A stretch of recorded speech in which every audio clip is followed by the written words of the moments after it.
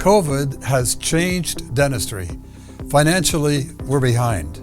How do we catch up? It isn't by continuing to refer so much. Surgery is one thing we can do more of. Hi, I'm Dr. Koerner. Now with COVID, it's hard to do the same kinds of meetings as before. But recently I spoke to an AGD group via Zoom that was very effective and successful. We sent out kits of models and supplies for hands-on. Participants can use their own operatories with drills, or in some cases, they can use electric lab or implant drills at home.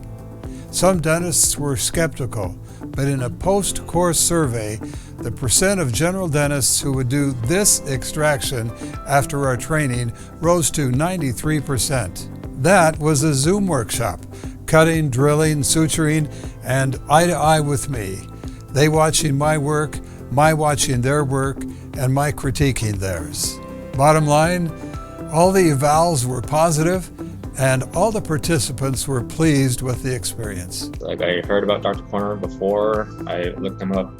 I want to see what other people thought, and people had a general consensus that he's just a great instructor. So high expectations, and when he came in, like I said, he explained everything very well, very simply and easily, even for someone that doesn't have any experience in any of this. So I would recommend this to anyone who's like trying to get their feet wet into surgical extractions.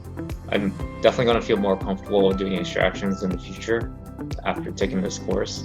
It gave me all the appropriate tools and kind of skill sets that I think I need to attack different problems when I encounter surgical extractions. The live on course was great. To be honest, I was a little hesitant at first just because of the whole coronavirus time, and it's like, how do you provide a good oral surgery extraction course 2 states away? But then you guys shipped me all of the instruments, all the materials, and you had a very sophisticated model. So once you get stuck in one thing, you already have like 5 other options in your mind, like what else can I do? So I think that's one of the great things about the course.